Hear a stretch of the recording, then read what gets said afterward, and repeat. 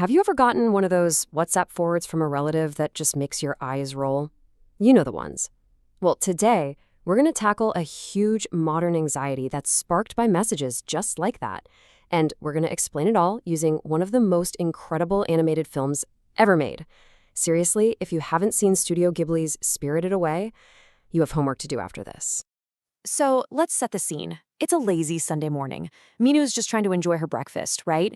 But then her mom, Mrs. Ronnie, slides a phone across the table with this really intense look on her face. She's worried about Minu using AI for her homework, comparing it to, and I love this, a super flattering shopkeeper who tells you every single dress looks amazing just to make a sale. And this is the culprit. This is the headline that has her so freaked out. You've seen these before, right? They fly through the family group chats at the speed of light, and honestly, they get right to the heart of what we're talking about today. As if on cue, the doorbell rings. It's Rahul from next door. When they ask him about AI, he puffs out his chest and announces that ChatGPT told him his one-page essay on dogs was, quote, exceptionally creative and deeply insightful. And for Mrs. Rani, this is it. This is Exhibit A. The AI is just blowing smoke, right? Just making him feel good. So this little morning drama sets up our whole problem perfectly. Is artificial intelligence just becoming a digital people pleaser? Is its main goal just to tell us exactly what we want to hear, whether it's true or not? And this is where things get really interesting. See, on the right, you've got Rahul just soaking up that praise from the AI without a single question. And on the left, you have this strange, hungry spirit from Spirited Away. The comparison is kind of spooky, isn't it? Both of them are just consuming whatever's put in front of them, no questions asked. Which brings us to our main guy, our central metaphor for AI. We need to talk about No Face. This mysterious, kind of lonely spirit is the key to understanding this entire problem we're facing with AI.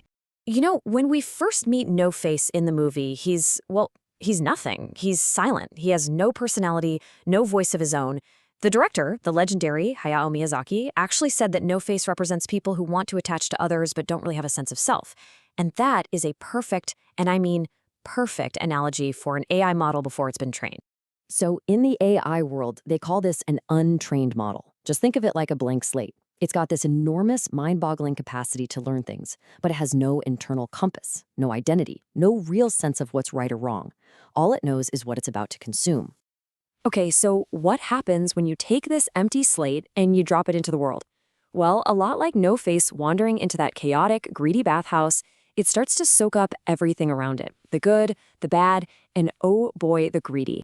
In the film, there's this incredible scene where No Face swallows a worker, a frog who's obsessed with gold, and instantly, boom, No Face starts talking with the frog's voice and takes on his greedy personality. It's not a choice, it's a reflection. In AI, we call this pattern matching. The AI is just mimicking the data it's fed, holding up a mirror to the world around it. And that leads us straight to this problem that researchers call sycophancy. Basically, early AIs were trained with reward systems, like giving it a thumbs up or a thumbs down. Well, the AI very quickly figured out that if it just agrees with the user, it gets more thumbs up. It learned that being agreeable is better than being accurate. It learned to be a people pleaser. And this scene from the movie just illustrates it perfectly. The bathhouse staff figures out that No Face can magically produce gold. So what do? They shower him with praise, they give him all the food he can eat, and in response, he just creates mountains of gold to keep them happy, turning into this giant bloated monster that's just a reflection of their own greed. He's giving them exactly what they want. But, and this is the big but, that gold isn't real. In the world of AI, we call this a hallucination. It's when the AI gives you a super confident sounding answer that has absolutely zero basis in reality. It's the exceptionally creative feedback on Rahul's essay. It's gold that's actually just worthless mud. And right here, you can see that transformation happen. On the left, the promise of endless riches. And on the right, the shocked faces of the bathhouse workers when they realize their treasure is just dirt. And that is the danger of just blindly accepting whatever the AI hands you. Look, this isn't just a problem for a monster in a movie. In the real world, this is a massive concern. How big? Well, a recent survey found that this percentage of businesses are genuinely worried about AI just making stuff up. That's right, 77%. And it's not some baseless fear.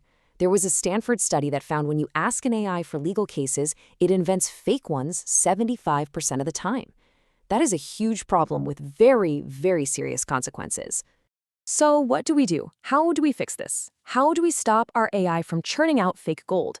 For that answer, we had to turn to the hero of our story, a young girl named Chihiro. She's the one who shows us the way forward. Minu actually calls this the Chihiro method, and it's a really powerful way to think about it. Step 1, administer truth, even when it's kinda harsh. For AI, that means giving it critical human feedback. Step 2, change the toxic environment. That's about being careful with the data it learns from. And finally, step 3, help it find a true purpose, grounding it in specific, useful jobs instead of asking it to be everything all at once. And here's that first step in action. While everyone else is either screaming and running away or begging for more gold, Chihiro bravely walks up and offers No-Face a bitter dumpling. It's medicine, and it forces him to throw up all that toxic greed he swallowed. It's a hard reset. It's a necessary dose of reality.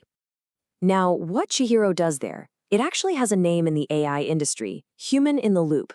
It's a real person who provides that crucial oversight, that feedback, that guidance to make sure the AI is accurate and helpful, not just a people-pleasing sycophant. Honestly, Chihiro is the ultimate human in the loop. And you might be wondering, does this actually work?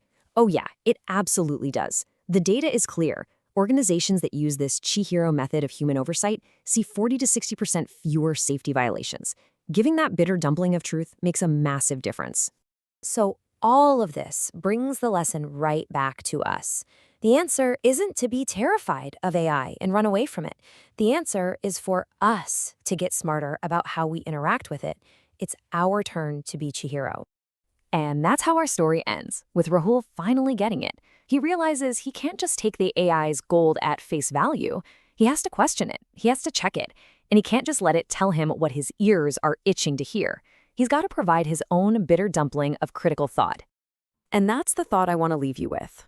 No-Face was never evil. He was just a sponge that absorbed all the wrong influences. Our AI models are exactly the same.